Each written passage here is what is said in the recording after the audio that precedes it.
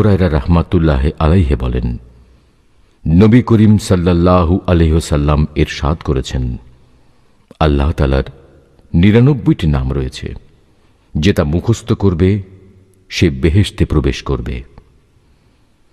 এ হাদিসের অন্যত্র এরূপ আছে, যে ব্যক্তি এই নামগুলো মুখস্থ করে নেবে সে নিশ্চয়ই বেহেশতে প্রবেশ করবে। এই নামগুলো হচ্ছে আল্লাহর, যিনি ব্যতীত কোনো মাবুদ নেই। ইয়া আল্লাহ, যে ব্যক্তি দৈনিক ১০০ বার আল্লাহ নামটি জিকির করবে, আল্লাহ পাক তার ঈমান সুদৃঢ় করে দেন।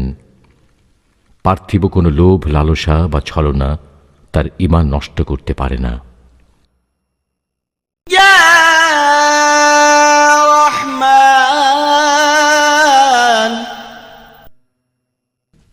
যে ব্যক্তি দৈনিক প্রত্যেক নামাজের পর ১০০ বার ইয়া রহমানও পড়বে, ইনশাআল্লাহ তার অন্তর সর্বপ্রকার কর্কশতা ও গাফলতি দূর হবে। ইয়া রহিম,